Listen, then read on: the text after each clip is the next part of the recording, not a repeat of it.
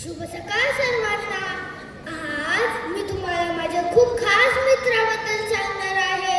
तो मित्र ना हसतो, ना रडतो, ना भांडतो, ना पळतो, पण नेहमी माझ्यासोबत असतो व मला चांगल्या गोष्टी शिकवतो. सांगू का तो कोण? सांगू का? तो म्हणजे पुस्तक. सर्वमान्यवर मित्रांनो नमस्कार. माझे नाव अर्णव अमित जोशी आहे. मी वर्ग 2री ब मध्ये शिकतो. हो, पुस्तक माझे सर्वात चांगले मित्र. मी पुस्तक उघडताच त्यातल्या गोष्टी उडत उडत बाहेर येतात आणि मला घेऊन जातात सुंदर प्रवासाला.